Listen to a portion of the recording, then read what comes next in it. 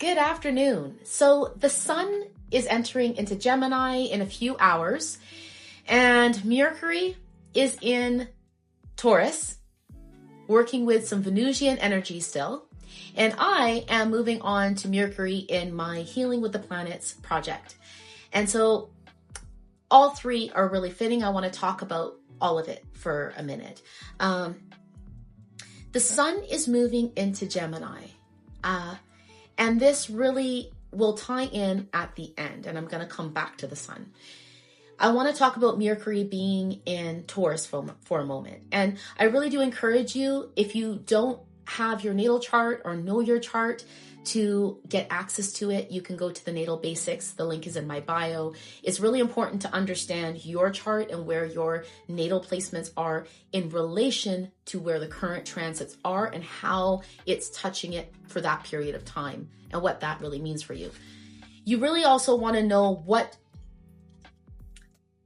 house topics the zodiacs are in within your chart. So when we look at the sun in Gemini, you want to know what house that is. And when you look at Mercury in Taurus, you want to know what house that is.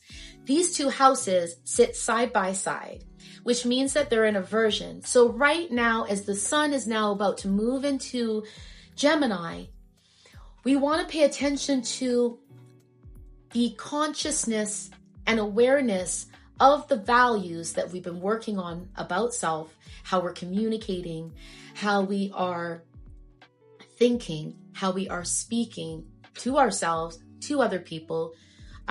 If you're creating boundaries, what that sounds like, how you're communicating that. Because as the sun now moves into Gemini, it's going to be in an aversion to Mercury. And so what that means is there's a blind spot. There's a trickery. There's a trickery that the sun in Gemini is playing on your mind because the sun isn't really being conscious of what Mercury is doing in Taurus because they're right side by side, so they can't see each other. And so what this means for you and for me and for everybody else in our experience is to be careful of that blind spot of where your ego is pulling you and the direction that it's tricking you in relation to where you intuitively trust and know that your soul is wanting to take you, your higher self, that intuition, that knowing.